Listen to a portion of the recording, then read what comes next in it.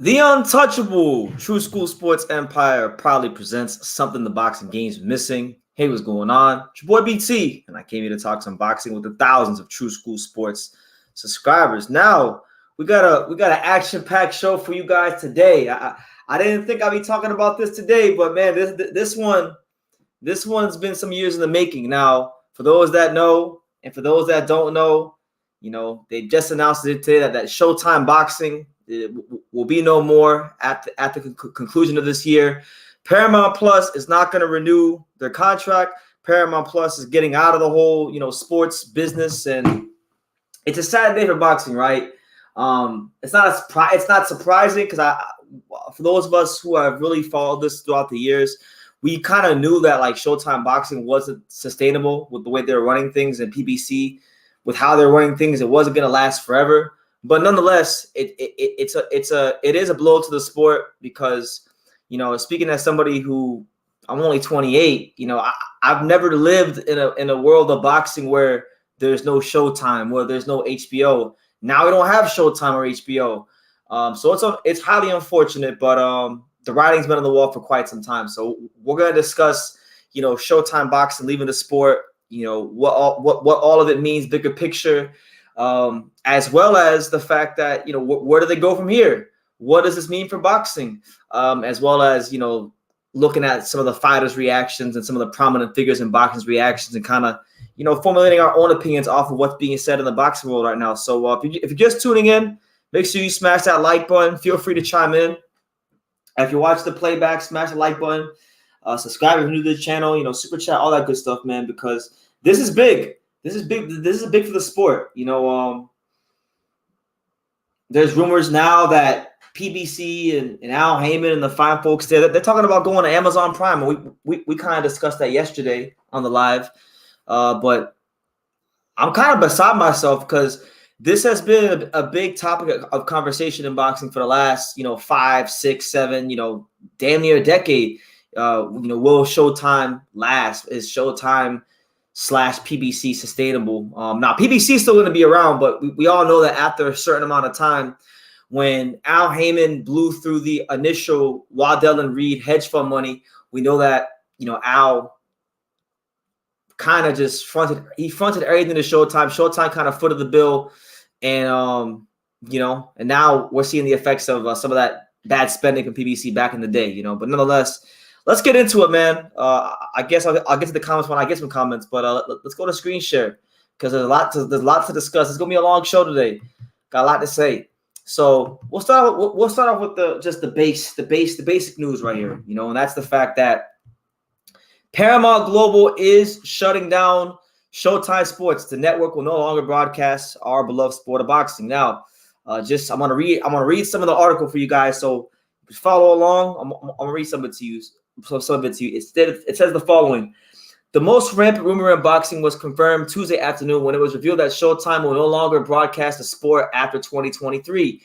BoxingScene.com has confirmed that Paramount Global, the parent company of Showtime and BoxingScene.com, ironically, will eliminate Showtime Sports as a department by the end of this year.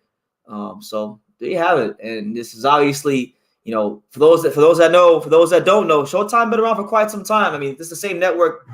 The first fight when they got into boxing was the first fight that they televised was John Mugabe versus Marvin Hagler, and that was obviously a classic fight. This is the same Showtime Boxing that gave Floyd Mayweather at the time what was the richest contract in sports history. So they've done a lot of unprecedented things in the sport of boxing, so far as events, so far as they've had a lot of great fights. I mean, for crying out loud, one of my best friends in boxing, one of my only friends in boxing, Angelo Leo, he won a world title on Showtime when he put on a pressure fighting clinic against the slick southpaw Tremaine Williams. So I love Showtime. I've had multiple friends in the fight game fight there: Angelo Leo, Adrian Granados, amongst a couple others. And I'm not happy about this, but it's been on the writing's been on the wall for quite some time. Shout out to Johnny in the chat. I see you. And Slide Encounter, I see you in the chat. Good to see you guys. I'll get to your comments in a second. But yeah, I think a lot of you guys, a lot of boxing, y'all owe my main man Rick Glaser a massive apology. A lot of times I get flack here from people in boxing. They say, BT, why do you interview Rick Glaser? Rick Glaser is this, Rick Glaser is that. But Rick Glaser, y'all say he's fake news. Rick Glaser's been telling y'all for months.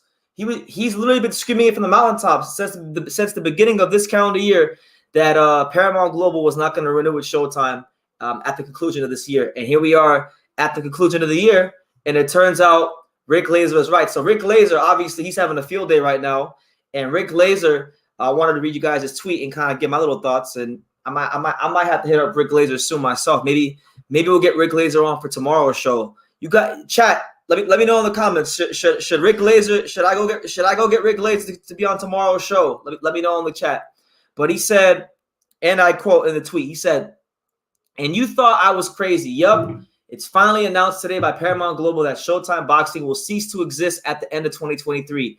I have for months said that in the fourth quarter, Showtime Boxing would announce that they're done with boxing, while Steven Espinosa kept saying I didn't know what I was talking about. Well, again, the fucking Weasel Espinosa was lying. To those that believed in me, thank you." And there you have it. So if you're one of those people that was saying that Rick Glaser didn't know what he was talking about, now's your chance to humble yourself, show some humility, go over to his Twitter account at RealRickGlaser1 and give the man a much-deserved apology, because he was right and a lot of people were wrong.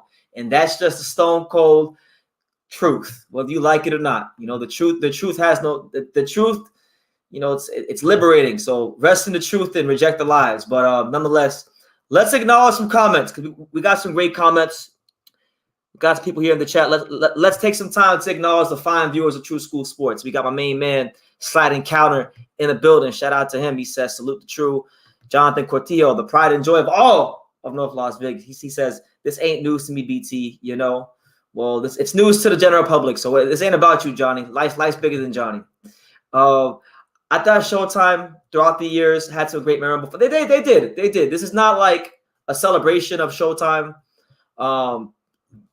exiting boxing. I don't like Showtime exiting boxing. I mean, I've enjoyed a lot of Showtime fights, and as I mentioned earlier in the live, I've had friends that have fought in significant fights, i.e., Angelo Leo versus Stephen Fulton, Angelo Leo versus Tremaine Williams, Adrian Granados versus Adrian Broner, Adrian Granados versus Amir Imam. So just saying, man. I actually got a soft spot for Showtime. A lot of the biggest fights I've covered live in my quote unquote career, have been Showtime fights. So I got a lot of love for Showtime.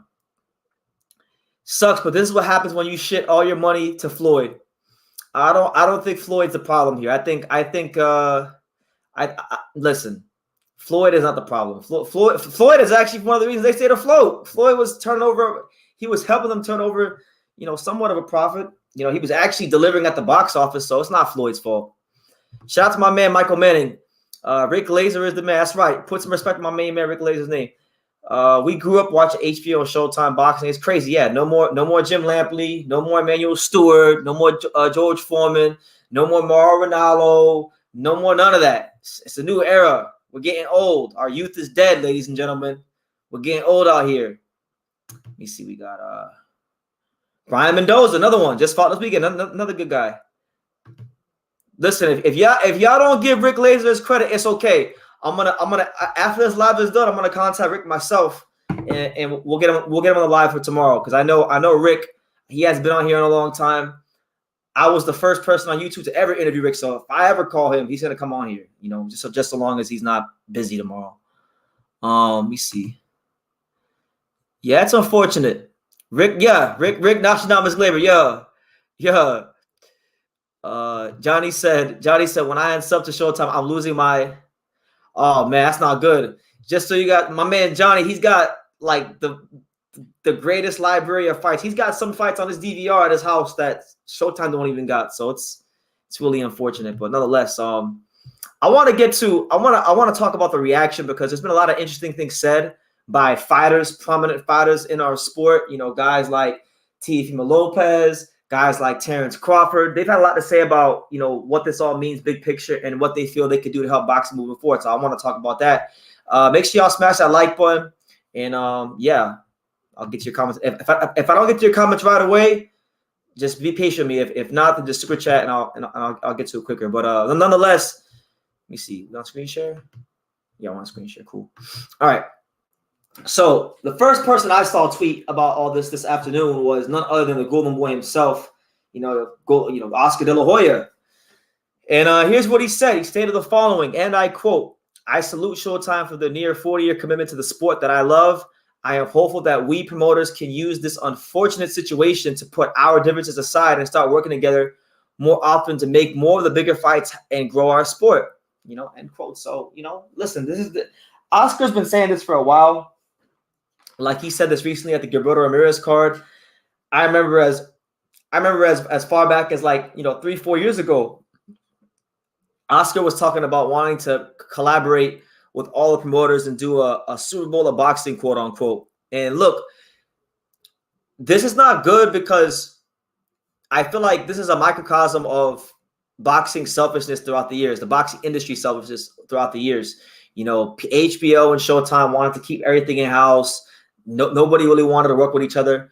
And as the great Don King once said, working together works. So now is that time in boxing for that to happen. So, I know Oscar kind of has to say these things now because when you talk about where Golden Boy Promotions ranks in the totem pole of the 4 big boxing power brokers, which is Matchroom Boxing, PBC, Top Rank, and Golden Boy, he's like fourth.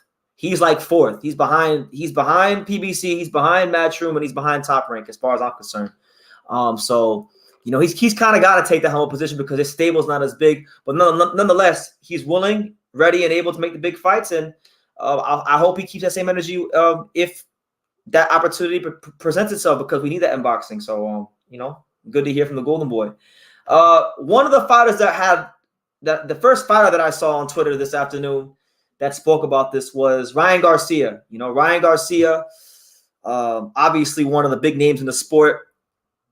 A lot of people, they love Ryan Garcia, they hate Ryan Garcia, but they pay attention to him. He moves the needle. He's one of the only active fighters in boxing today who actually has any sort of crossover appeal, right? Here's what he said. He responded to a tweet from Dan Rafael, and he stated the following, and I quote, "Today is a really important day for boxing. HBO and Showtime defined our sport for a generation, and now they are both out. All of us boxers need to make this our collective fight. We got to be thinking about marketing, new audiences, investors, global, all of it. Boxing is still the greatest sport in the world. We just got to reimagine it." Now, I ain't mad at that. I feel like boxing could use some bit of an overhaul as far as how we do some things. Boxing lingers behind so many sports here in the USA with just marketing and making people aware of what the hell is even going on in the sport. And, I'll do this, right? I'll say this. This is a free True School advisory tip, free of charge, to Ryan Garcia, Terence Crawford, Teofimo Lopez, and any of the boxers out there. Any of the top big names in boxing. This is what I would implore you guys to start doing. And I'm speaking as somebody, I'm not fight hype, I'm not fight hub, nor do I want to be. However, I do get a chance to go to a lot of these boxing events, right? A couple boxing events a year normally. And what I've noticed, throughout the years of my time being in boxing is that there seems to be less of a willingness for the fighters, the big name fighters, I should say, to really give the independent media, like the YouTube channels that have helped keep the sport alive and cover it 24/7. The only place in the world where there's really a 24/7 news cycle of content for boxing is YouTube, and like channels like mine and Fight Hype and Fight Hub and Behind the Gloves and even the ones I don't like, Dante's Box Nation, like channels like that. I've been noticing over the years that they get mistreated by the boxing PR departments and things like that. And the reality is that I feel like we don't necessarily need to reinvent anything, but we should just do a better job of maybe treating some of our independent media, who are really the lifeblood of the sport, better. And I'm going to call out Ryan Garcia. I'm going to call Ryan Garcia out because I can speak to this because I was there when I went to the Ryan Garcia tank. What was it? The open workout at that bougie Beverly Hills mansion before the tank fight. Ryan will know what I'm talking about. I feel like a lot of the media, and when I say media, I mean the independent media, that day was severely mistreated. I saw channels like Fight Hype and even like, just prominent channels like that really cover these fights, not really get the appropriate access they needed with Ryan Garcia. So I feel like, the boxing media that's done their job should be treated better, and you would get better coverage, and boxing would benefit from it overall. That's just my little 2 cents off of somebody that, goes to boxing events, sometimes a lot, sometimes not so much, but enough over the years to where I can speak on this. So, I think Ryan Garcia could give a lot to the sport. I think Terence Crawford could give a lot to the sport. I think Teofimo Lopez could give a lot to the sport. Boxing, in my opinion, right? You guys know, as you can see by the background, I'm a big hockey fan. I love my Florida Panthers. I love my Miami Marlins. I like other sports, but the best sport in the world, the only sport in the world, that really is gets to the core of human nature and what life's really about is boxing. Every other sport, no matter how great it might be, is just a cheap imitation of what boxing actually is. There's no sport that has the bravery, the creativity that demands so much from the athletes like boxing. So I feel like this sport deserves respect on every avenue. And it's up to, the fighters, the boxing media, the boxing independent media, and everyone involved, really, the managers, the promoters, just to, okay, let's come together and let's do what we can to make this sport, as great as it could be. I mean, I've always tried to be that ambassador for boxing myself, but I'm only one man, It's going to take more people than just your boy BT. But, that's what Ryan Garcia said. Nonetheless, let me go back to some comments, man, while we're sitting here. Let's see who we got. Who else we got here? Shout out to Pops. Pops has the first super chat of the day. Shout out to Pops, the first super chat of the day. Let's you guys know the drill when the super chats come out. So that's my main man Don King, and you know what Don King said. Don King said that working together works. So Don King, go ahead and talk to him. Hey everybody, let's have some fun. You don't live but once, and when you're dead, you're done. So let the good times roll. It don't matter whether you're young or old. Let the good times roll. Chat, hit that like button. Thank you. That's right. Talk to him, Pops. Let me see what else we got here before I get to Terence Crawford and Teofimo, because they said a lot. Terence Crawford and Teofimo had a lot to say. Let me acknowledge some of the loyal viewers. My main man Hyro, shout out to Hyro. Hyro says it's still Showtime for me. BT, you told me, man. I didn't want to believe it. The Black Friday sale was too late for Showtime. Yeah, man.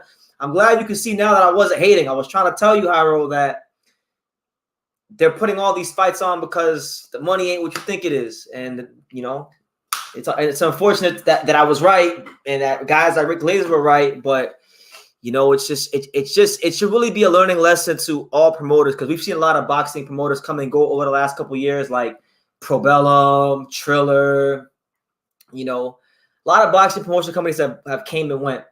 You got to do things the right way. You can't nickel and dime the fans. And then every time you do put a good fight on, you put it behind a paywall. You make it inaccessible. You put a cap on what the fight could actually do in terms of viewership. Because a lot of these fights would actually do well in terms of viewership if they weren't on pay-per-view. So it is what it is. One last comment, and then we'll get to Teofimo and Crawford and what they had to say. Hand History Vault says, in all seriousness, this is to be expected with all the blatant robberies and fake fights. Why should the public care to spend their money on the sport? You ain't lying. Shit, you ain't lying on that one. I mean, I don't want to sound like I don't want to accuse nobody of being in fixed fights, but there are certain fights and certain fighters, you guys know who they are, that they fight on pay-per-view, and every time they fight on pay-per-view, their opponents don't try, and y'all can figure out which fighters those are. Boxing is the one sport. Boxing is the one sport where I feel like the people that run the business, they almost get off on fucking of price gouging the consumer. They're giving you more for less. Like, for example, like in other sports, like in the NBA, in the NHL, in the NFL, they have their problems like anything else, but they still gotta do what they can to deliver for the paying customers. If they don't, then people vote with their feet and they stop watching basketball, football, and baseball. Boxing has been just getting worse and worse. There's been more pay-per-views. There's been more streaming platforms. It's an incredibly hard sport to follow for the average Joe. And I know for a fact, for me, if I have all this free time and I'm spending my life following boxing, and it's hard. How hard is it for somebody that just is the average Joe that wants to watch the sport? So I'm with you. I'm with you. I mean, I'm not. There really hasn't been a lot of fights worth paying for in the last 5 years as a whole. But nonetheless, let's get back to some of the reaction, because there has been a lot of reaction to this story today in boxing. Shout out to Terence Crawford. Terence Crawford, Okay. Terence Crawford, he was speaking to Ryan. He actually responded to Ryan Garcia's tweet, and he said pretty much, look, I couldn't agree more, Ryan. The system we have isn't going to fix this. We got to think different. Look at every other sport. They're building empires by doing it right. Us fighters need to come together. We can fight in the ring, but work together for our sport and our families. There you go. So listen, working together works. Talk to him, Brother Crawford. Talk to him. It all sounds nice right now, but fighters got to really put their egos to the side, because if this continues, we're not going to have a sport in 5 to 10 years. We're in the middle of a great reset. And truth be told, I'm kind of hoping if PBC does go anywhere, I hope PBC goes to the zone. I don't even like the zone like that, but I think it'd be best for the sport if PBC went to the zone, because at least then now you'd have all the same promoters under one umbrella, and then you could actually make some of these. It'd be easy to make these fights, because then you wouldn't have network politics. You would eliminate network politics, but who knows? Maybe Al Haymon and the PBC may not want to go to the zone, because maybe network politics is what keeps these big fights, from making their maximum money. I don't know. I don't know. I don't have the answers, but that was Terence Crawford's reaction to Ryan Garcia, right? And then Terence also responded to your main man, Oscar. He said, respectfully, Oscar, if the boxers aren't at the table, it isn't going to work, right? So I think the boxers should have some say. The boxers, they put their lives on the line for our entertainment, and the ones that have more experience in the game, that know anything about the business, they should have a say on what's going on and whatnot, just so fighters are getting compensated accordingly, and so that nobody nobody's getting screwed. If there's one sport where business should be done properly more than any sport, it's boxing, because all respect to hockey players and baseball players and football players, but they don't risk what boxers do. So that's what Terence is at. He says that boxers deserve their seat at the table. They deserve to really go ahead and be part of the fights happening. Let me see. Shout out to everyone in the chat. Make sure you smash that like button. Yeah, man. There's so many people too. I'm thinking about a lot of these fighters that are with PBC or with Showtime. We'll talk about later on, but Jaron Ennis, I mean, Showtime is in the Jaron Ennis business, and now Jaron Ennis looks like a fool for not taking that Terence Crawford fight when BLK Prime called. So, nonetheless, I digress. Teofimo Lopez, let's talk about him, because I think he had the most interesting things to say here about boxing, about Showtime's exit from the sport. Funny enough, I remember it was 2 years ago when I was in Las Vegas. I'll never forget it. It was me and my boy Sean Tatel from Fight Hype. Shout out to Sean. We went down to City Athletic Boxing Gym, one of the premier gyms in Vegas, or at least it was at that time. I don't know about now, but we went to City Athletic Boxing Gym when Teofimo Lopez was training. And I remember we interviewed Rolly and Teofimo at the same time. And Teofimo Lopez said it back 2 years ago. He said, look, man, these networks, they're killing our sport. They need to tighten their shit up, because they're going to be out the sport if they don't start doing their business right. And it turns out Teofimo was right. So you got to give it, while you're apologizing to Rick Glaser and while you're humbling yourself, apologizing to him, make sure you also apologize to Teofimo, because I remember a lot of people 2 years ago criticized him. But nonetheless, here's what Teofimo said. He said the following, and I quote, I'm saying this now, just like I said a couple years back about Showtime Boxing ending. Knowing you old heads will keep the same energy going, I give our beloved sport more than 7 to 10 years before not one network will want to contribute with our sport. We need change. Talk to him, Teofimo. Teofimo sounds like Obama. We need change. Change. Right? But no, he's right, because you think about it. Al Haymon really, with PBC, they brought up all that. They brought up all those time slots on network television. They didn't really do anything with them time slots on network television. So network television for boxing, unless they're going to pay more money for time slots, network television is pretty much out the picture for boxing, right? And then ESPN only has Top Rank. They used to have PBC before Top Rank, and they did it with that, right? Because PBC couldn't keep buying time slots. So yeah, I mean, boxing needs to get more organized with television programming, and he's 100% right.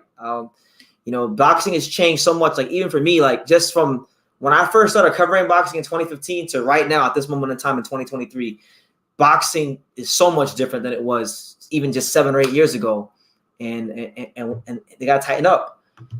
Look at this next tweet. Teofimo said this. He said the following, and I quote: "I give DAZN no more than 3 years left in boxing, maybe just 5 to prolong the damage." And listen, he's already 1 for 1. As far as DAZN's an interesting company because they don't really disclose like their actual pay-per-view numbers. They don't disclose a lot of things. We don't even know how many subscriptions DAZN has. So, it's very interesting to know what's DAZN's actual profits are in boxing. I know Teofimo once fought on DAZN when he fought Kambosos, but could be maybe DAZN becomes a home of boxing if PBC goes to DAZN, and then you have PBC, you have Golden Boy, you have Match all under the same umbrella. Then that to me is probably the only way DAZN could continue to like really, really thrive, because if you still got Bob Arum, right? Shout out to Bob, and we'll get to Bob later on, but Bob Arum at Top Rank. Never bet against Bob Arum. He's always gonna come out on top. He's with ESPN. He's playing the long game. He's just developing his stable of fighters for the future. Yeah, it hasn't produced great fights this year, but it'll all pay off down the road. Bob Arum is still thriving. He hasn't had to go to an app. He could still put his fights on cable TV on ESPN, and they got ESPN Plus. So he's got the best of both worlds. But you got Bob Arum on ESPN, and then now they're talking about PBC going to Amazon Prime. Now you're still going to have fragmented television programming. It's still going to be difficult. I still feel like things be difficult because now if Al and PBC, if they go to Amazon Prime has what, like 200 million? Because we did a live yesterday. We saw that Amazon Prime has 200 million viewers, right? So then they're gonna feel like every fight should be on Amazon Prime, and they already have Tank and Canelo and Crawford. So it may still be it may just be the same power struggle, just repackaged differently. So we'll see how that goes. But Teofimo then went on to say, "There is no one else to blame for the news of Showtime and HBO than the promoters, managers, and specific fighters." Errol Spence, Terence Crawford, all those. I haven't forgotten. Too much greed ends all desires of a wealthy lifestyle. I agree with him. Like, promote, like let's talk about that specific fighter part. I think about fights like Kovalev, Stevenson, that didn't happen when they were supposed to happen. I think about Errol Spence ducking and avoiding Crawford for what seems like an eternity. Boxing has not done its fair share to keep the sport in the healthiest of places. Of course, you get the big fights, the odd big fight or two every year, but I'm talking about month by month, week by week. Boxing has not done what it needs to do. So Teofimo right here is preaching the gospel truth. I'm all the way behind Teofimo. Teofimo for president. And he said a lot more. We'll get back to that in a second. But let me acknowledge some comments. Let me acknowledge some comments. My man AA here says PBC already has a deal with Amazon. Yeah, man. Hopefully they announce it soon, because if they're gonna announce it soon, then they can get to announcing fights there soon, and it will clear up a lot of confusion.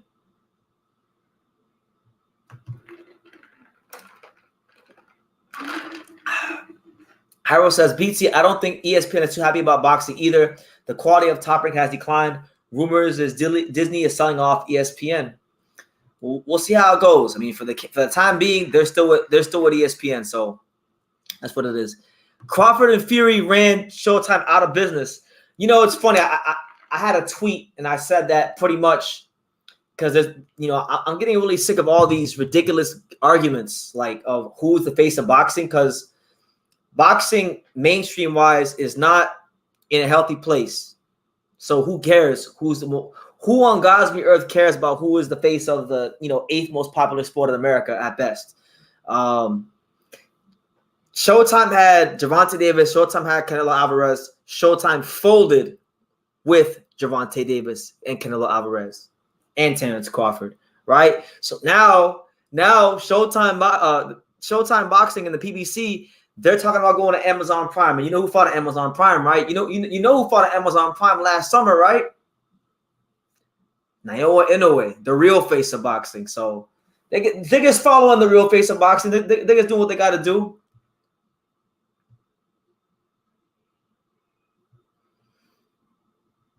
Hyro says Atif Overton is he's a prospect and he hasn't fought since January on Showbox. Yeah, man. It's really a shame, man, because he that last fight he fought, what was the guy's name? Artem Brusov. That was the Russian fighter's name, and he's kind of screwed. He kind of screwed because he went all in on Al Haymon, but Al Haymon ain't quite went all in on him right now. So it's highly unfortunate. Hopefully, they rectify the situation so Atif Overton can get back to action. Because I like Atif. Atif's a good fighter, But anyway, let's get back to our boy Teofimo. He said, "You keep the network with viewerships, not with sold-out arenas. Networked primal goal should be most downloaded streaming app on the App Store and Play Store. Consistency and annual viewership. The frontier of boxing and sports entertainment. A stable of elite fighters." So basically what Teofimo is saying is this, in layman's terms.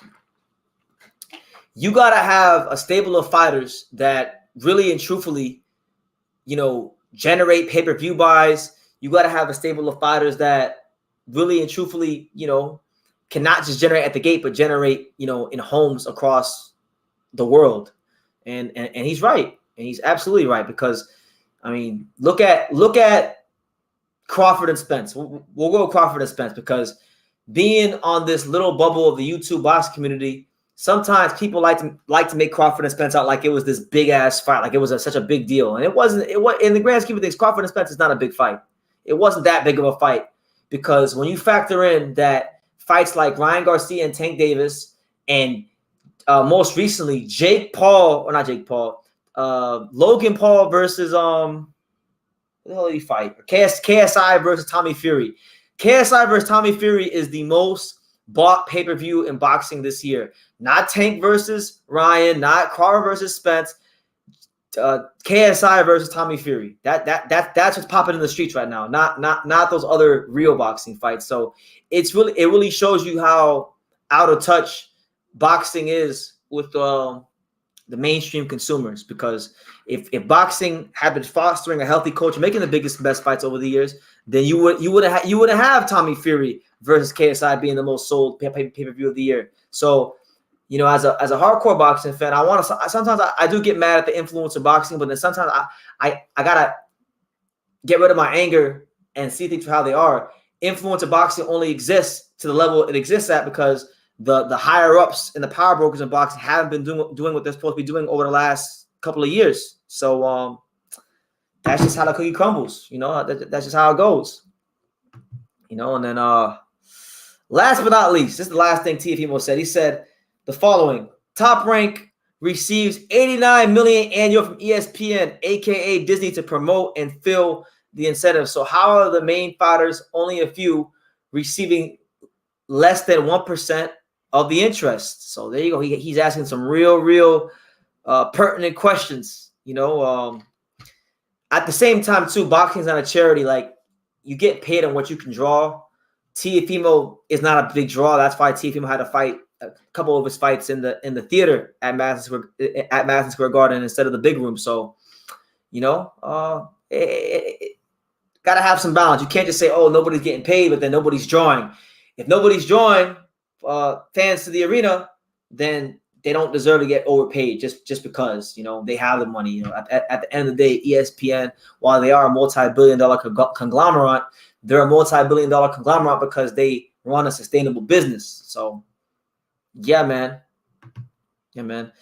What you guys think? Let me know in the comments.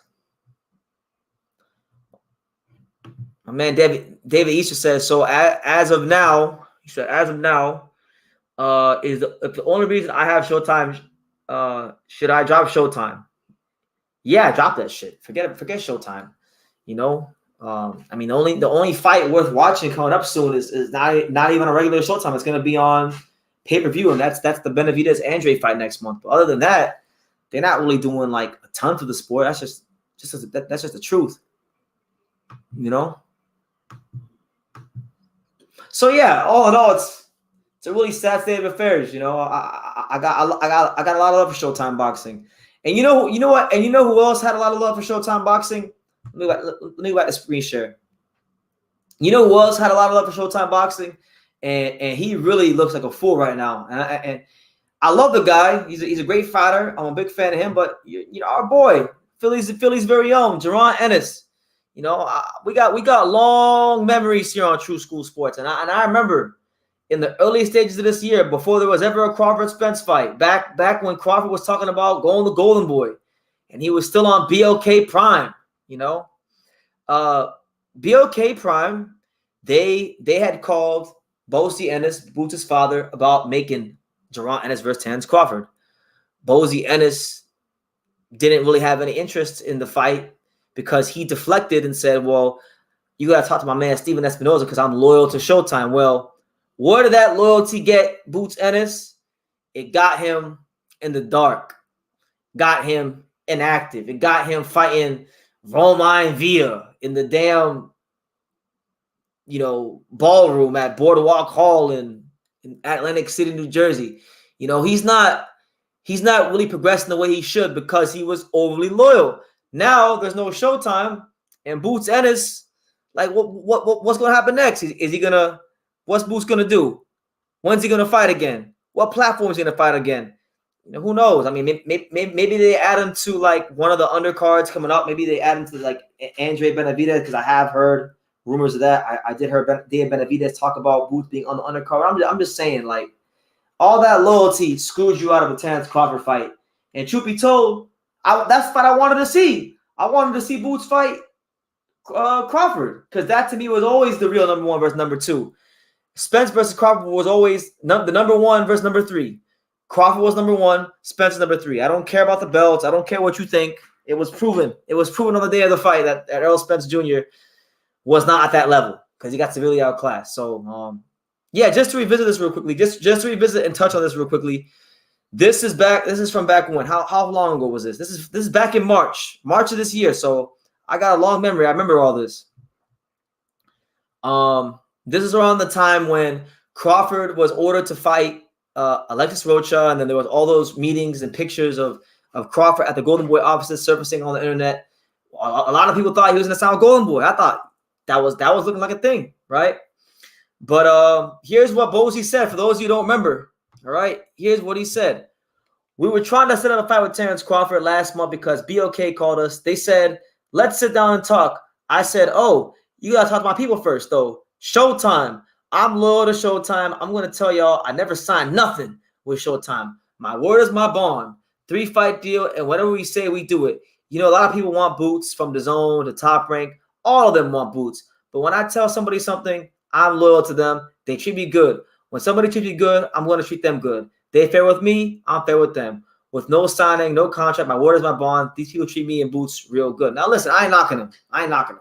If he's saying he's getting treated good, that's good. That's great. That's fantastic. Hopefully, I'm sure y'all are getting compensated well to stay there. But my thing is, from a fight fan perspective, from someone who really thinks the world of Jaron Ennis, I've paid my hard-earned money, to not just go to New York City when I went to watch Better BF fight, but I paid my hard-earned money while I was in New York City to watch Better BF fight, to take that little short drive down to Philadelphia, on the bus with Pops to the ghetto of North Philadelphia, to the gym to watch Boots spar. I've seen the man in the flesh, so I know what he's like in real life. He's damn good. He's the truth. He's the real truth, not this Earl Spence stuff, but he's the real truth, right? And I wanted to see that fight. And sometimes, like, I understand loyalty is an important thing, but sometimes you got to do what's best for you, right? You got to look out for your own best interests. And in this case, as we're seeing now with the departure of Showtime, Boots being loyal to Showtime was not in his best interest, because he could have had, I truthfully believe, at that moment in time when there was no Spence fight and Crawford was getting all this pressure put on him by the WBO to fight Rocha, and he was meeting with Golden Boy, that was a moment in time where Boots could have really made the fight happen, and it didn't happen. So I'm kind of upset about it, to be honest with you. But nonetheless, that's how life goes. You know, sometimes you got to strike with the iron's hot. You know, opportunity. It only knocks but once sometimes, and he didn't take it. So now, you know, he may never get the Crawford fight, because Crawford's now ascended to such a level of stardom where now, you know, like for me, right, when I argue people, when I tell them, I say, I want to see Terence Crawford fight Jaron Ennis. I don't care about Charlo, because Terence is going to beat the brakes off Charlo. And I don't care about Canelo, because I'm sick of these cash grabs in boxing where guys are just moving up, all right? Moving up in weight for cash grabs. So it's just real sad. I'd rather him fight Boots, but everyone's like, oh, well, what's in it for Crawford? It's high risk, low reward. I wouldn't have to make these arguments. I wouldn't have to say these things now if Boots had just taken the damn fight and they would have just, you know, maybe consulted with Showtime and say, hey, look, we're still cool with you guys. We want to work with you guys. We want this fight. Like, they could have worked something out. I just don't think enough effort was made by the Boots team to really and truthfully come to a resolution that could have ended with Boots getting in the ring with Terence Crawford, because that to me was the real fight of the welterweight division, not Spence versus Crawford. Spence versus Crawford was played out by the time it happened, and it was a one-sided ass beating. So, you know, it is what it is. My main man, Fixed Electronics, says, next time, bus from Chinatown, New York City to Philly, $10 one way. Yeah, what? I forgot what I took. I think I took one of those, I think it's the Flix bus, one of them cheap buses. It wasn't $10, but it wasn't, like, expensive either. So it wasn't too bad, you know. David said that he thought Boots was a bum. He thought Boots was a bum going into the fight because there's a footage of Karen getting knocked down by a bum. Lozada, I think is his last name. So I thought, sure thing, and lost like two DUIs worth of money. It sounds like guys trying to tell you, David, stop playing with your money, man. Stop casting your lots and betting. You know, it is what it is. But nonetheless, yeah, I'm kind of upset that, you know, all this loyalty from Boots to Showtime, it got him a fight with Roma and Villa, you know, in a ballroom in New Jersey. So you hate to see it. You really hate to see it. But make sure you smash that like button. You know, we're about 45 minutes in. It's your boy BT, Brendan Taylor, the untouchable True School Sports Empire, talking about that Showtime leaving boxing. If y'all got anything to chime in down below, super chat, all that good stuff. I got a couple more things I want to go through on screen share, and then I'm actually going to switch gears, and then I'm gonna bring Pops in here later on to talk about Prograis versus Devin Haney-Press Conference, because, you know, I have something to say about the Haney and Prograis press conference, but I feel like you guys would be more entertained if you heard Pops and his take on Haney versus Prograis. So that'll be coming up probably like in, you know, 10, 15 minutes whenever I get through the rest of this PBC stuff. So that being said, next topic, next part of what was discussed on Twitter. Now, you see it right there, the official report from Michael Benson via Mike Hoppinger. Al Haymon's PBC are reportedly exploring a potential boxing broadcast deal with Amazon Prime and DAZN, as Showtime will be leaving this boxing by the end of 2023. Now, this will continue to be a hot topic in boxing. If I was a betting man, which I'm not, I would be led to believe that's where Al Haymon's going to go. You know, Al Haymon is a very shrewd businessman. Al Haymon is a smart businessman. And Al Haymon wants to be in control. And I feel like he will be in a better position to be in control of what's going on if he's on Amazon Prime, because the only real experience that Amazon Prime has with boxing is with Japanese promoters and Japanese fighters. You know, Naoya Inoue's fought on there. Kenshiro Taraji's found there, but I don't know if they have any exclusive deals with them. There's no American promoters, power brokers on Amazon Prime. Amazon Prime has a big customer base of 200 million plus people. So it's going to be a big acquisition for PBC if they can be on Amazon Prime. As to where if you're with the Zone, which I think would be great as a box fan, I'm kind of waiting for them to go with the Zone because I want all the promoters all to be on the same umbrella. Most of the big promoters be under the same umbrella. You can eliminate the politics, but at the same time, the Zone might only have but so many dates, and then you got PBC vying for dates against Golden Boy, vying for dates against Matchroom, and it could cause. I could see where the problems could lie, and keep in mind the Zone is a company that has lost money before. They had to have their Russian oligarch billionaire Leonard Blavatnik bankroll them a bunch of money just to, get the company out of debt. Most people don't even realize that happened last year. The Zone was in all this debt from just not turning over a profit in these fights and these contracts that they have with like Canelo and Mikey Garcia and these kind of fighters. And they had and the Russian oligarch Blavatnik, he had a bankroll that's on a bunch of money to clear off a bunch of debt. So maybe the Zone's books financially don't even make sense for PBC to go to the Zone. You see what I'm saying? So, nonetheless, I think Amazon Prime is going to be the way they go. I think that's going to be the way they go and the way that the platform they fight on. And I think long term, right? And I want to speak on this. Long term, PBC on Amazon Prime could be really great for boxing because maybe they wind up creating new boxing fans. With such a large, subscription base, there's always that potential to take people that aren't fans of boxing and get them into boxing. You know what I'm saying? So I kind of like it. If the report is true, and that's what's going to happen, I'd actually be very happy for Al Haymon and PBC, no doubt about it. And I would consider it a massive upgrade. So it is what it is. It is what it is. All right, last thing, and then we'll switch gears. Read his program, Devin Haney-Press Conference, right? Last thing, and this is a tweet from my main man. Shout out to him, and make sure you guys go subscribe to this channel. YouTube boxing vet Michael Montero. He tweeted that say what you want about Top Rank, they always play the long game, and they continue to build real champions. They've been doing this for half a century, and they understand their business. And yes, they do. What did James Toney say to Don King? He said, talk to Bob Arum because he's my man. Don King, kiss my ass. And, just substitute one Ohio guy for the other guy. Substitute Don King for Al Haymon. Never bet against Arum. The guy always sees things 10 steps ahead while everybody's clowning Bob Arum because he's having these little rinky-dink shows in Oklahoma.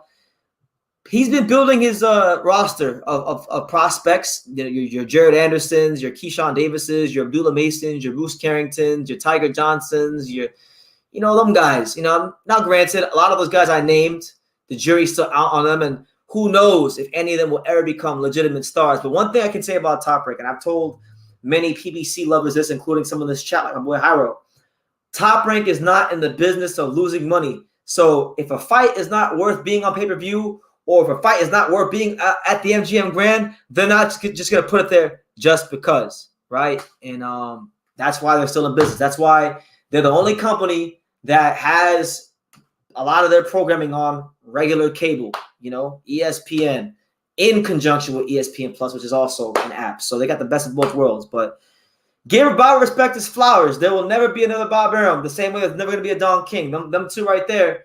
People have a lot of bad things to say about them, but one thing they know how to do is get the job done and promote, and that's just what it is. So, that's pretty much all I got to say on Top Rank on Showtime League and Boxing. I don't got too much to say about it. It is what it is. It's a sad day for the sport, but life goes on, and I've enjoyed a lot of their shows, but it doesn't necessarily mean that like they were great for boxing. Like even in this calendar year, where everyone's been saying, like Wallow and them and Gilly the Kid, they say, because I do watch $1 Million worth of games sometimes, and they've been jocking PBC. I'm talking about just slurping up PBC. They're like, yeah, PBC, they're not playing any games. Well, they weren't around. Wallow and Gilly weren't around when PBC was playing games. And that's why Showtime's in this position, because Showtime was bankrolling all the good fights on PBC, and PBC and Showtime can never turn over a profit because all the fights that would have been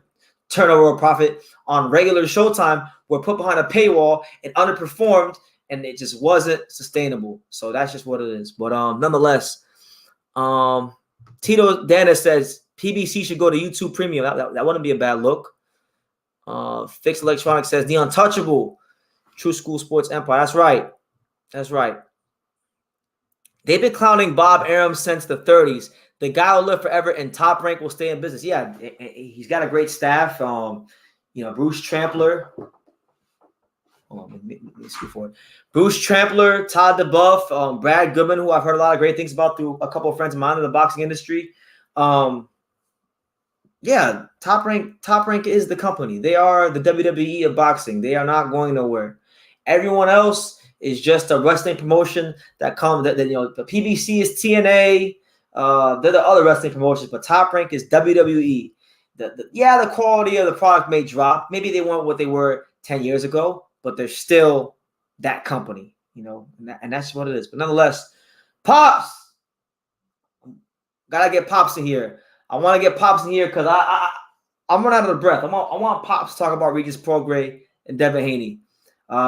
He has a lot to say about what took place at the press conference today between Regis Prograis and Devin Haney. It was a really entertaining press conference. It was good to see. It was great to see, actually. It was amazing to see Devin Haney actually be himself and not put on this fake persona and put PC persona.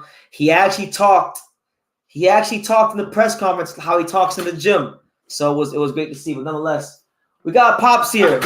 So for this segment, I'm gonna shut up. Pops, you take the floor. You sit in the chair. Yeah. You talk to the people. Tell them what did you make of the whole Devin Haney Regis Prograis press conference? I'm gonna tell you straight up. Talk to him, Pops. Talk to him. I've never seen the Haney so shook up. I never seen shook. I felt they were shook up, but the conditioning coach from Prograis side was just getting on them when they first sat down, and I guess the Haney stuff that they were, because he's on this feud and he's done all this stuff that he's supposed to get the first dips on Prograis supposed to get the first dips on answering first. What did the trainer say? You the challenger, brother. You the challenger. What? When I seen that guy try to talk my shit to the Haneys. I seen Haney shook. But I will say something about Haney. Haney looks like a big motherfucker at fucking 140. That guy looks big. I ain't gonna lie. But that being said, I am still gonna ride with the Rugal from from New Orleans. I'm riding with Prograis. I think Prograis will beat Haney, and the only way that I will see, that's a bold prediction. And the only way Haney will gain my respect, I don't want to see Dick out there playing tennis and tapping and jabbing and outside and boxing. If he stands in there and fight with Rugal, he will get his ass beat, and you could just see it from the blood from the Haney side. And what I loved the most was too when Haney said, "Yeah, I grew up from Oakland and I did this and I did that." I love the live. I love the whole thing. I don't care if they're just trying to sell it. When they said, "Oh, Haney, you went to private school, you went to home school," and Rugal came out and said, "I came from the bottom down. I had it hard. You don't know what hard is. You know why? Because you always came from money." And that's what it is. And Rugal didn't really sell the fight. It was really the conditioning coach going at the Haneys. But I could tell that Haney's really shook up, and who knows? You think he shook up? Like I honestly think when you say shook up, you mean like scared? I just think he's angry about how his team is talking. I don't think he's afraid, because for him to even, you gotta give respect to Haney, for him to come up at 140 and take a fight like Prograis right off the bat, you gotta respect that. I don't care how you want to look at it, you gotta respect that. You know what I'm saying? The Prograis team saying, "Oh no, you just took us now because of my last fight." No, you gotta put respect on Haney's name.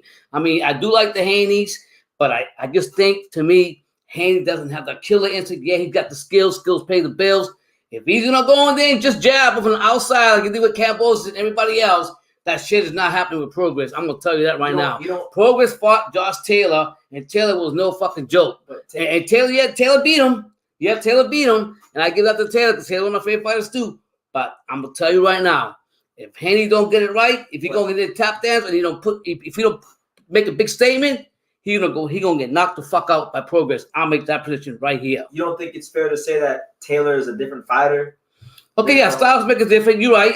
Don't you think Devin's best path to victory would be to use his feet? I will always say the same thing about Devin. I don't care how skillful he is. He doesn't have that fucking killer instinct. He doesn't. Now he's gonna have to show up. What now Rugo's saying, he's gonna come in there. It's a skill for skill, blah, blah, blah, blah. I'm gonna get better. No, right now, Haney better answer the call at 140 because there's a lot of kills at 140. So if he want to make a statement, he better do it against Rugo. If he doesn't, I love him, I support him, but I can't put him up here. I can't. Respect him for being undisputed at 135, but fuck 135. He's at 140. What if he wins like a 10-2 decision? Who? Devin Haney. Damn it, he's trying to reach his pro grade. I mean, it ain't gonna happen. No, credit, right? Because no, pro grade is dangerous as you say he is. I'm telling you right now, if Haney goes in there and he throws that fucking jab out there and does this, and that's up boxing and that's sitting there and fight with motherfucking Rugo, that's the only way he's gonna win the fight. That's the only way he's gonna win the fight. If he stand there and fight with Rugo, he getting fucked up. Mark my words. I'm riding with Progress. All right, so okay. My son's brother. There's a couple questions for you in the chat. So MEZBX asks Pops, he wants to know, do you co-sign the private school narrative that they're pushing? As a father, do you co-sign that? So basically, you know how they were saying Devin went to private school, and it's a bad. But Devin was homeschooled. What I'm saying is, I'm not trying to hate. That's what his dad chose for him. But Devin has had it a lot fucking easier than Progress. Okay. Bottom line, his dad was in jail. His dad was not around. His dad came back, played important figure. Shout out to his dad. But Devin has always been around money with Mayweather, whatever else, uncle, whatever. He's always had money. So you can't say you're from motherfucking Oakland. But you're not answering the question. What's the question? The question is, as a father, do you co-sign the narrative of Devin being in private school? Even though he wasn't in private, he was homeschooled, but they were making it. They were saying I see what you're saying. Say he's soft because basically he's not from the ghetto, and he was he was. So I'm not gonna just say that because his dad is old school from when he grew up from Oakland. So I guarantee you, we can say one about Haney, but the reality is he's got the same motherfucking genes as his dad. I'm quite sure that his dad, just like I would teach you, Brandon, talking about the streets, talking how tough it is. So. Yeah, so okay, maybe he wasn't going to private school, but he was homeschooled. But the whole point of the whole discussion was that he had it a lot easier than Rugo. That's what they're saying. You know? What do you think? Do you think he had? When you say easier, easier economically, everything, easier life or everything economically a lot easier than Rugo. It's easy to judge someone when you ain't walking their shoes. Yeah, you think that's fair? Yeah, because Haney's always had it. His dad's got it now. He's had it. He made that money, and I respect Haney because he's the only young buck that became a promotional promoter. He's done a lot for boxing. I'm not saying that, and they give out to the poor and all this other. I'm not saying that. Respect to the Haneys. I'm just saying that he's had it a lot easier than what they're trying to make it sound to be. Okay, simple as that. And if it wasn't truth, it wouldn't get underneath their skin. And I think it got underneath the skin to the point when they were on the face-off, and Rugo kept talking about the same shit over looking dead at his face. But we're going to find out when fight happens. All right. Shout out to my guy, Mark Christopher Atkins. One really good fighter. He says, who do you think is better, Pops, Regis or Vasily Lomachenko? Okay. You talk about skills? Skills? I will go with Lomachenko. Skills, I will go with Lomachenko. Power and strength and dominance, I will ride with Progress. Are you a big Regis Prograis fan? Definitely like why are you? I like Progress. I just like the way he comes in there. I mean, last fight was disappointing, but sure, every fighter has a bad fight. Here now and then. Everybody's got a free gift sometimes. Big gift decisions. I'm a big Progress fan. I do like the Haneys. Don't get me wrong. No, you don't. I just think for me to put the dream on the big. One of my biggest things is you got to go in there and knock the motherfucker out. Don't just go up and dance. You're not going to be able to dance with Rugo. You're not going to dance with Rugo. So can I ask you another question? Do you have that same energy for Shakur Stevenson when he has fights that Wade does knock you out? I like Shakur Stevenson, but I lost a lot of respect for him for the last couple months. So I know he's talking about the skills, how Shakur could bring it on. He did it. What was the last fight that he did it against him? He came out there, somebody pushed me, and he came in there and duked it out and did what he had to do. Was it Jamal? I don't know if it was Jaron, which one it was, but I'm telling you, I like Stevenson. But one thing I say, Stevenson is to me, he's really disappointed me for turning down a big fight that he could have had with Haney, and he could have taken the risk and actually literally go ahead and made more money off him becoming undisputed. But because he didn't do that, and making excuses like he's always saying, that's why I like the old school back in the day throwback fighters. They don't make fucking excuses; they just fight. That's not true. But that's what I feel. That's what I feel. You feel like Kaladi. But I mean, so that's what I'm saying about Stevenson. But back to Haney, you gotta give respect to the young buck, regardless. I like him. My only thing is, I don't see the killer instinct in him. I don't.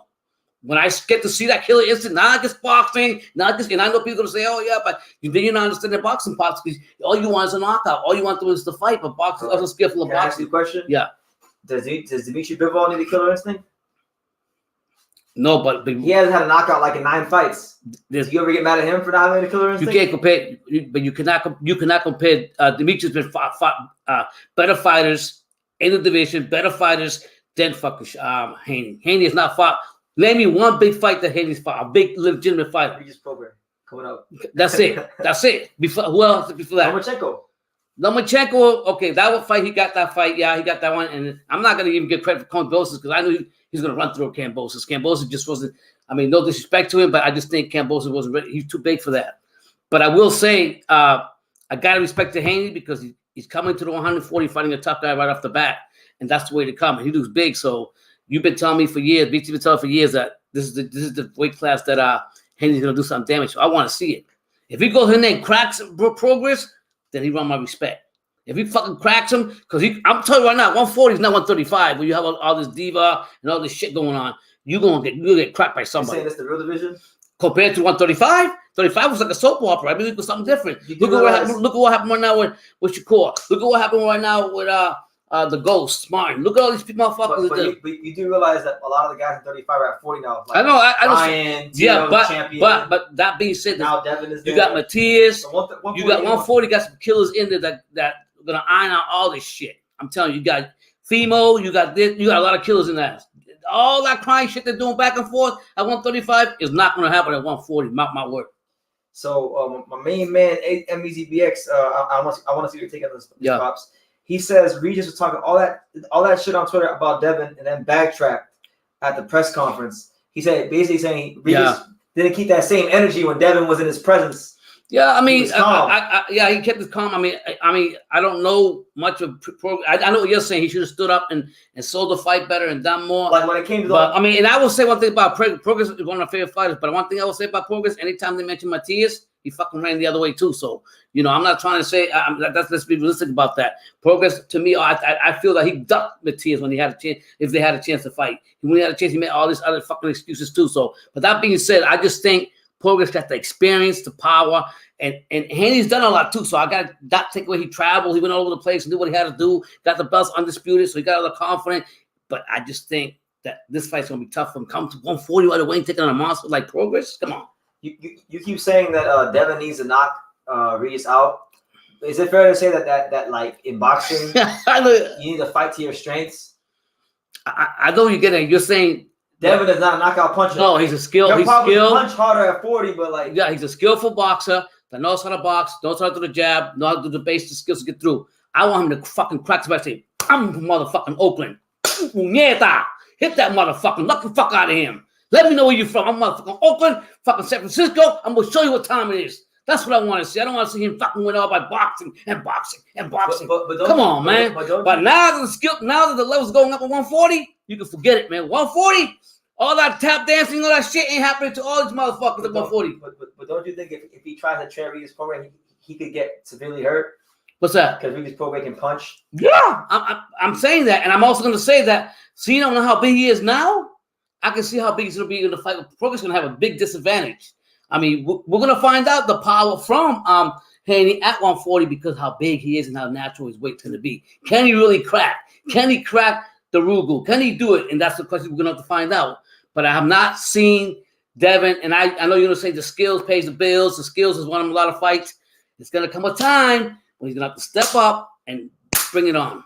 My man David Easter agrees with you, Pops. He says, yes, I agree that Prograis kind of went around Matias. I think Showtime would have picked up that fight. Yeah, he tap danced too. So a lot of fighters, a lot of them, and my son tells me all the time, don't just go ahead and read what you read in the paper 10 years ago, 20 years ago, because it happened back then, it's happening now. Other fighters just tap around and tap dance instead of taking the real fights.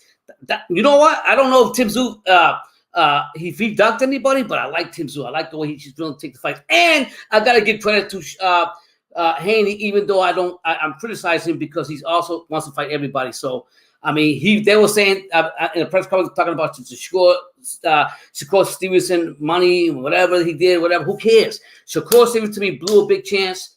The Ghost blew a big chance on me. This is telling me these guys don't really want to be. They don't want to take risks. I can't respect that. I can't. I don't give a fuck when talking about Shakur. I will always see him a different way now. Older comment I seen in the chat. Tito Donis says that Top Rank will announce Teo Haney the same night in San Francisco should Devin win. What do you think about that fight, Pops? Teofimo Lopez versus Devin Haney, unification fight 140. Be a great fight. Great fight. If he beats Prograis, of course. If he beats Prograis. And there's another factor there. Prograis also didn't fight Teofimo when they offered him the I think that they talked about it and then they offered him the fight. So I remember that. Something that came up and I might have it confused or something, but something like that. So what I'm telling you right now is respect to Haney. He's a young buck. He's accomplished a lot. Youngest promoter in boxing. How do you say, Lou? How does he say? Youngest boss in the game, Devin Haney. Hey, man. So respect to him. My opinion is my son tells me all the time, you need to stop just appreciating boxing for a fucking knockout punch, and that's it. Every fighter has a different style. But I'm riding with Prograis. I just think the experience, the power is there. He's going to come out prove a point. After his last fight, he's going to make a bigger point. And I respect Haney for taking the fight at 140. A tough fight like that. But if he don't crack him, if he thinks he's just dance around, that ain't happening with Prograis. The great Evander Holyfield once said, "You got to fight the fight that works for you." That's right. You're right. Yeah. So if his thing is boxing, then he's gonna have to dance and just box on the outside and keep everything outside and tire out Prograis. You know, anything can happen. We don't know. We only can know from the last fight. Prograis was very disappointing. Would you be interested in a fight between Devin Haney and Richard Hitchens at 140? Because are you serious? No, if I do, I'm riding with Haney on this one. I will ride with Haney. I like what you said, but I'm riding with Haney. No, because I was thinking like that's like the boringest matchups in boxing. Yeah, guys. So if you have any more questions, just put them down. Whatever you want to ask. My man Red shout out to me says, "What's good, BT and Pops?" God bless you guys. Thank you all for being here. Hit that like button. Thank you for supporting the channel. I've always been big on Prograis, always, and that's not going to change for me. But that's not saying that I don't think that, because I was telling my son throughout the press conference, fucking Haney looks huge. Like my son says, that's his natural weight. So he's gonna fold, he's gonna bring out more. So if he can just use that big body he got and crack Prograis, it could happen because Prograis not as big as Haney. We don't know. We have to see the fight. My man Rocky also shout out to me. He says Gary Antoine Russell would knock Haney's ass out in 2 rounds. That's the young one. The young one, right? That fought Victor Postal. Yeah, him. Yeah, I think so. I think that'd be a good fight, but it doesn't. Yeah, he can crack. I like his style. They're not getting him no fights. Like in the fights they are getting him like right now, little Mickey Mouse. Well, fights. The thing right now, what do we have now? Showtime, The Zone. We got Showtime out the game now. Yeah, Showtime's out. The Zone. I think a lot of the fights really is going to hurt boxing, and I blame the grief from the promoters not making fights when we were supposed to make them. I think a lot of these fights are going to go all the way to Saudi Arabia.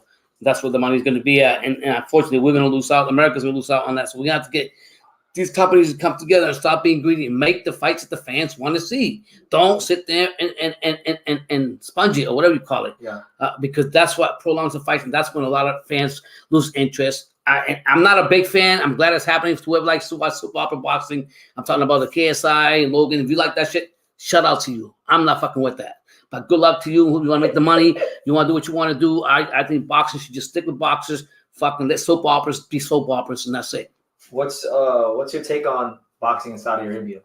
Saudi Arabia, I was in Saudi Arabia with the military. I was over there in the military in the desert, and I say money talks and bullshit walk. Right now, that's where all the money's at. That's where a lot of promoters are going to go to make the fights happen. But honestly, in my opinion, I honestly think that the fight should stay back here in America with the U.S. dollar. To me, it means a lot more. I think for the fans, but we're not. It's a business Isn't thing. the U.S. dollar like extremely weak? Yeah, right it's now? really weak. But yeah, Saudi Arabia's got all money all up the ass. They can wipe the ass and do whatever they want. That's how much money they got. They were going to pay the military when we were there. They were going to give us a freaking thing, service pay, but the president turned it down. So they got money to do all kinds of shit. So I get it, but I don't like it. I don't like all the fights going out there.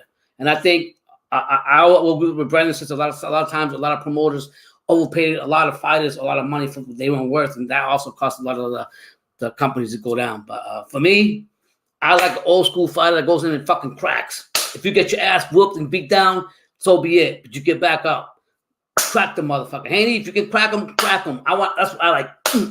I don't want all this dancing and all this tennis shit like they do in British boxing. I don't want that shit. I want yeah. Why you always talk about the Brits? I just because they play tennis all the time. You ever watch paddleball? Yeah. Or the thing with the ball? What's that game? The old people playing on foot? Pickleball? Yeah, pickleball. Whatever you want to call it. Whatever paddleball, whatever you say. That's what they fight. That's what they. I don't want to see that. I know Haney's a skillful fighter. Now, so not like only can box. I want to see you fight now. I want to see you want to see this. You want to see that. The same thing. The same thing. Pro was saying today. He doesn't want to be just. He doesn't want to just fight. He wants to be a skillful fighter. So he basically wants to be a Haney. You want to see Devin become more of a complete fighter. Yeah, I want to see him to give me open up my 4 eyes and say your eyesight is good. This motherfucker can crack and give him the respect he deserves. Yes, he's undisputed. He accomplished what he had to do, so I can't take that away from him. But to me, I have not seen him fucking crack somebody yet. Until I see that, that's how I feel about him. But good luck to the Haneys. I'm riding with progress. Yeah. Tito Donis asked, have you ever gone to a fight in Puerto Rico? No, I have not gone to fight Puerto Rico. I only been in Lowell, Massachusetts. A lot of Puerto Ricans out there, in Hartford, stuff like that. But I never went to literally a big fight in the Coliseum in Roberto Clemente. No, I haven't. So I can't really speak about that. What I will say is I got the Puerto Rican blood in me, and I'm hungry, and I'm just hungry. I feel Trinidad, Cotto, Benitez, Bazooka, you name it, all the greats, So yeah, and I got a lot of excitement. I just got to calm myself down. Yeah, you're breathing a little hard. Yeah, so you got. They got my medication constant. But anyways, support the channel. Ask me anything you want to ask me. This is what happens when you let stress get to you. Don't let stress get to you. Okay. All right. But God bless you all. Keep supporting the channel. I'll be live with Brandon. Thank you all for your comments, good or bad. Thank you all, and God bless. All right. There you go. There you have it. I don't even got to talk about Prograis versus Haney because Pop's already talked about. Haney's gonna knock me out. Mr. Haney get the fight. Bill Haney gonna come get you, Pops. He's a big fan of yours. Yeah, Bill told me he's a big fan of yours, and you be talking shit about Devin. I know. Nonetheless, yeah, you have it. It's Pops, the man himself. But shout out to everyone that's rocking with us on True School. Not the biggest audience here tonight, but we here, we're making it happen, we're having fun, talking boxing. Hyro says ProBox is the new Showbox. It's free on YouTube. ProBox is my favorite promotional company. Shout out to the fine folks at ProBox, the whole staff, my main man, Daniel Rubin, got Gary Jonas, Chris Glover. They put on some great fights, and I'm looking very forward to their November 1st card where they got Alberto Palmetta. Who's he fighting? These two welterweights are fighting the main event, but Angelo Leo is the real main event. Angelo Leo is returning on the undercard, so I'm excited about that. But there's some other stories in boxing too we could talk about. We'll get to those. Let's talk about the other stories in boxing, and then we'll wrap it up. I'm not trying to make this too long of a live today, but nonetheless, let's go back to screen share. Okay, shout out to everyone here. Make sure you smash that like button, super chat, all that good stuff. But interesting news coming out the featherweight division today. Now, this is news that's not unexpected.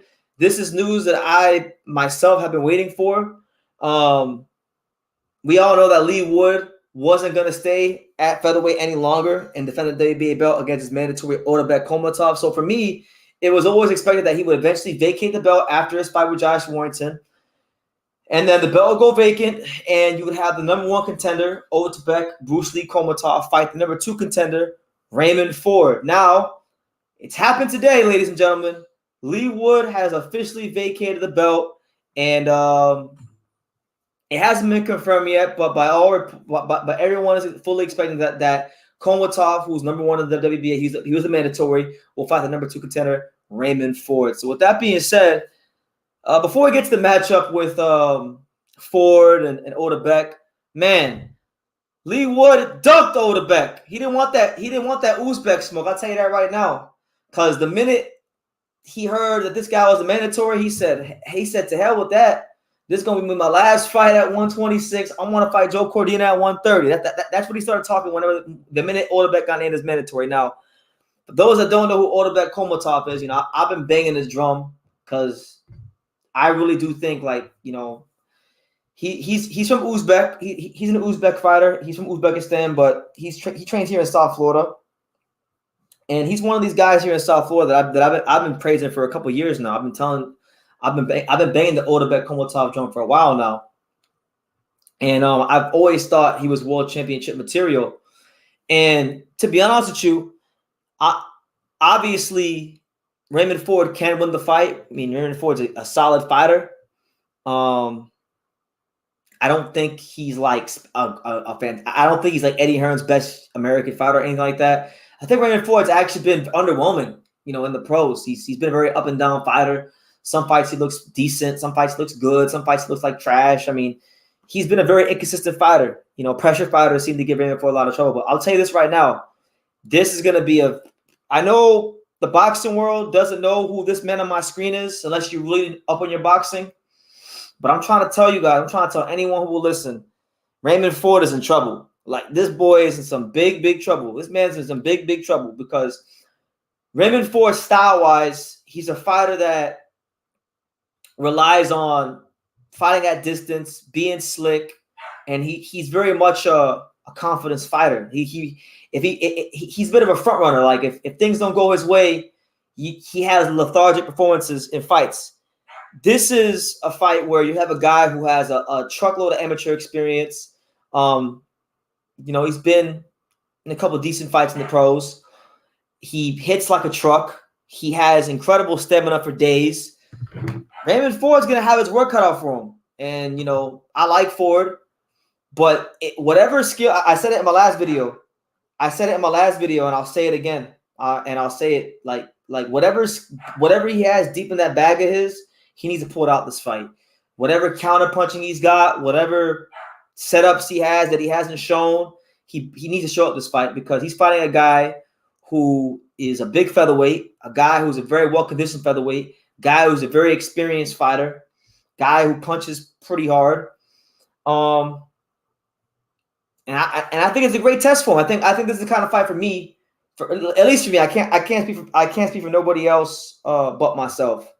If Raymond Ford wins this fight, I'm gonna have to look at him completely different because he's fighting someone that I think is gonna beat the brakes off him. Honestly, like I don't think he's gonna have much for Otabek.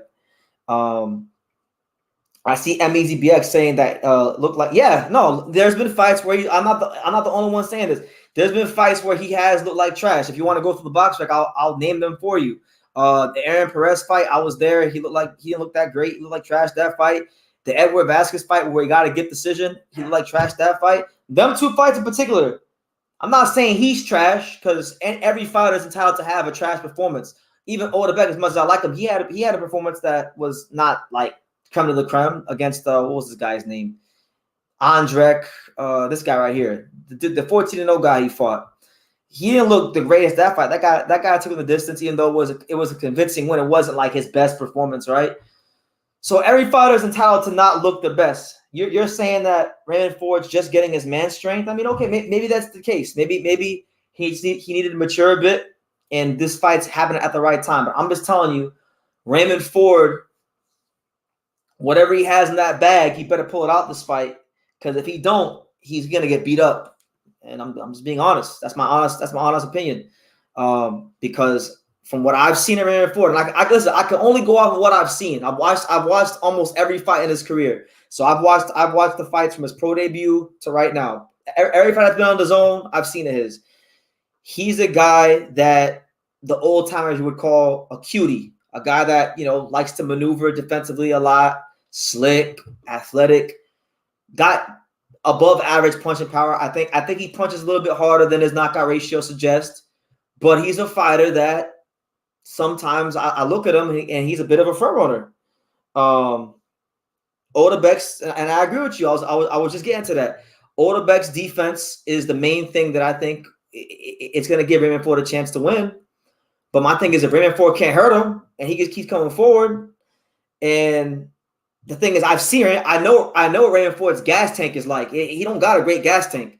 If Otabek don't got nothing else, he got a great gas tank. He can box. The defense does got to improve, so I agree with that. But I just think ultimately this is gonna be a fight where I think Raymond Ford, like the first 4 or 5 rounds, I could see it being like 2-2 or 3-2. I could see maybe even Raymond Ford is up by more than that. But that gas tank gonna give out. Otabek will eventually find his range and his timing, and he's gonna beat him up throughout the fight. That's how I think it's gonna go. But it's a great fight because I feel like not a lot of people except boxing nerds like me know who Otabek Kholmatov is yet. So it's a chance for him to really prove and validate himself to a lot of people in the boxing world. He hasn't really fought on no big platforms. Like when he fought Thomas Ward, he fought not even on DAZN. It was like on a random app. I forgot what it was called. And then he fought Andres Gregorian on Intro Box, this small promotional company that I'm not even sure exists anymore, right? So that being said, he won't have a chance to validate himself and everything I'm saying about him. And Raymond Ford, he's gonna have a chance to be Eddie Hearn's first Matchroom USA World Champion, because I think Diego Pacheco is better than Ford, but Ford has a chance to be the first. And I think he's getting an opponent where if he's better than he's shown, then obviously if he beats him, then I got to talk about him a lot differently. David Easter says, I think Kholmatov will get robbed if he manages to let Ford go the distance. It's possible. I mean, Raymond Ford already has 2 good decisions. I mean, the Perez fight, he lost, and was Vasquez? He lost that fight too. I look at Raymond Ford as a 2-loss fighter. Not saying he can't come back, not saying he can't mature, but I look at him as a 2-loss fighter. Otabek Kholmatov fought a guy who was 0-11. He did. Yeah, he went to the Dominican Republic during COVID when he first turned pro, or like just after COVID when he first turned pro. They padded his shit up real nice, and now he got 2 little decent fights, and he ready to fight for the world title. So we'll see what it is. But listen, I don't even care about his resume because I've seen him in the gym. I don't need to see him. I don't even need to see his fight. I've seen him in the gym. I've seen him spar. I don't know, probably 50 rounds. So I know what kind of fighter he is. I know his whole fight game inside and out. And I'm telling you, Raymond Ford better come and shape this fight. If Raymond Ford don't come and shape this fight, because I know Raymond Ford's a bit of a cocky dude. If Raymond Ford doesn't take him serious, if Raymond Ford does what you're doing and looks at the box rec, I'm telling you, it's gonna be a very bad night for him. And I just hope that he comes in shape. I know Otabek will come in shape. And listen, it's a great fight for the featherweight division. I actually would say, like, if the fight happens this year, it's probably one of the fights I'm most excited for in 2023 because I do think Raymond Ford is a little bit better than he's shown, but he hasn't shown it yet. So now he's got the chance to show it. Now he's got the chance to show it. And I'm looking forward to seeing how it happens. I think Ford will surprise you with his IQ. He's a work in progress. Listen, I want to be surprised. I love being surprised. Please surprise me. I don't think he's going to be Otabek. But we'll see. David Easter says, do you think Kholmatov is more skilled than Ergashev? Do I think he's more skilled than Ergashev? They're different fighters. Ergashev, I don't think, has the conditioning of Otabek. But Ergashev, I think, understands his range a bit better than Otabek. And he's a bit better of a pure boxer than Otabek from mid-range. But personally, I think I like Otabek more than I like Ergashev. I think Ergashev, there's some things about him. There's some things about him mentally, I'm not going to get into him here because I don't want to talk bad about Ergashev, but there's some things mentally about him that I just don't. I like Otabek's mental side towards boxing. I'll tell you guys a story. You want to hear a story? I'll tell you a story. The last time I went to that gym where Otabek trains, it's called Warriors Gym, or it's called something different now. But the last time I saw Otabek, I asked him. I said, Otabek, he don't speak much English, but his English is getting better. I said, hey man, I want to see you fight the monster Naoya Inoue. And once he understood what I said, he did this. He said Inoue too small.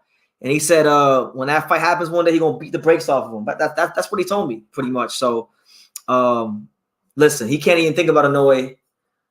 I can't even think about Inoue if he don't beat Raymond Ford. And truth be told, listen, if he can't beat Raymond Ford, then he don't deserve to be anywhere near Inoue. And that's just the truth. My main man, Emmys or Fix Electronics says that Raymond Ford just became a father, so he's taking this fight serious. Okay, well, good. God bless him on his newborn child. You know, that'll make anybody take their life more serious and whatever they're doing more serious.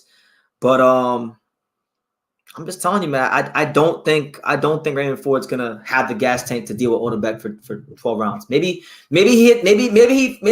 the speed and the athleticism catches him early, and maybe he could hurt him and knock him out or something like that. But barring anything like that, I just think it's going to be a fight where Raymond Ford severely gets beat up. And if he doesn't, and I'm wrong, I'm going to clip this video and I'm going to put it out. You can feel free to come on here and type in exposed, and I'll stand by what I say. MEZ says, I watched him fight on YouTube, and Otabek has many flaws. Yes, I didn't say he doesn't. But I don't think he has the amount of flaws that, like, I don't think his flaws are so damning that Ford's going to take advantage of him. I don't think Ford has the attributes to capitalize on him, just to be honest. Because to beat Otabek, you need to either A, be an elite boxer, you need to either B, have the right conditioning, or be a world-class puncher. I don't think Raymond Ford's a world-class puncher. I don't think Raymond Ford is like the most conditioned fighter.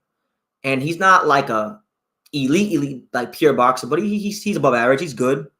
And I know he was national Golden Gloves champion, so obviously he does have some amateur exploits to speak of. So he's not chopped liver. I'm not trying to sit here and make it sound like I'm hating on Raymond Ford. I'm just telling you, stylistically, it's a hard fight for him. And really, truthfully, when I look at the WBA rankings of the guys Raymond Ford could have fought for his first world title, it's pretty hard. It's a pretty hard fight. So we'll see. But listen, best of luck to him. It'd be nice to see Raymond Ford rise to the occasion and put some work in on Otabek. But I'm telling you, it's going to be a really hard hill to climb. Nonetheless, I don't want to harp too much on that. There's other things I want to talk about going on in boxing. What else is there in boxing? Oh, crazy enough. Now, I don't know if y'all heard. I don't know if anybody's heard. But a retirement happened today. A pretty significant retirement happened today. An unexpected retirement happened in our sport today. Now, lost in the shuffle of Prograde and Haney's press conference and the Showtime news, and even like Buasti-Azeez getting postponed, which I'm about to get to really soon. Manny Rodriguez, yes. Emmanuel Rodriguez, the newly crowned IBF bantamweight champion of the world. He retired from boxing today. Crazy. Here's what he said. He said the following, and I quote, "Today is a strong day for me because today I have made the decision to hang up boxing gloves in the sport. I know that for many it is a wrong decision because, as everyone knows, I am going through the best time in my boxing career, but it is something that has cost me a lot, and thanks to boxing, I have achieved many things for which today I live grateful to each of the people who were part of this development, which was many years between ups and downs, but in the end, I made it 21 years in this, and it's not easy to leave this way, but I don't want to wait to lose my love to leave this, so I can say it's enough." So there you have it. Emmanuel Rodriguez, the Emmanuel Rodriguez that fought Naoya Inoue and recently just became won the world title to become two-time champion. He's left the sport of boxing today, and it's kind of weird because he fought Melvin Lopez his last fight. I thought he turned in a career best performance, and with bantamweight, the belts fragmented because Inoue was undisputed and Inoue vacated the belts. But he looked about as good as he's ever looked. And I thought he had a legitimate claim at this moment in time to being the best bantamweight in the world. And I wanted him to prove it against the other champions like Takuma Inoue and Santiago. But I don't know what forced him to retire. He didn't even disclose what forced him to retire, but he had an interesting career. He was champion 2 times. I don't think he quite became the fighter that some people on the island had hoped when he turned pro because, he had an extensive amateur background. And, you know, he when he fought Inoue, he got severely outclassed, which is not a slight on him. Inoue is arguably the best fighter in the world today. So that there's no slight on that. And then he also lost Raymond Ford in a fight he shouldn't have lost. So really, I look at him as a one-loss fighter. And, you know, everyone else he beat pretty easily. So, you know, it's sad, but it's boxing. And who knows? You guys know how boxing is. A lot of times these fighters, they retire, they say it's over, and then something in their life happens in their back. So maybe it's not a goodbye, but maybe it's a see you later from Emmanuel Rodriguez. But if this is the end for Emmanuel Rodriguez, then I salute him for his service in the sport and the great fights he's given us and his contributions to Puerto Rican boxing. Because tell you this, a lot of Puerto Rican fighters have been hype jobs. Maybe he wasn't exactly what people had hoped for on the island when he turned pro, but he made a name for himself, and he was a good fighter and a quality fighter and one of the better Puerto Rican fighters of his era. So shout out to Emmanuel Rodriguez on a great career. So yeah. All right, last topic of the live, and then we're going to end the live. Last topic of the live. If you guys didn't hear, Ben Shalom confirmed today that the fight between Joshua Buasti and Dan Azeez has in fact been postponed because Dan Azeez apparently suffered an injury in his last sparring session heading into the fight. So it's unfortunate news for Buasti, but it's kind of what he gets. Like it's what Buasti gets because Joshua Buasti is a fighter that had a chance to fight Bivol. He had a decent situation with Eddie Hearn. Eddie Hearn did his damnedest to get in that Bivol fight. He didn't want the fight, and then he also said he didn't want to fight for Eddie Hearn anymore because he didn't want to fight on an app. He wanted to fight on you know, a TV channel where everyone in the UK could find him. So, you know, he traded in the title shot to fight Powell Steven in a real empty arena. He was supposed to fight Dan Azeez in a fight that nobody really asked for.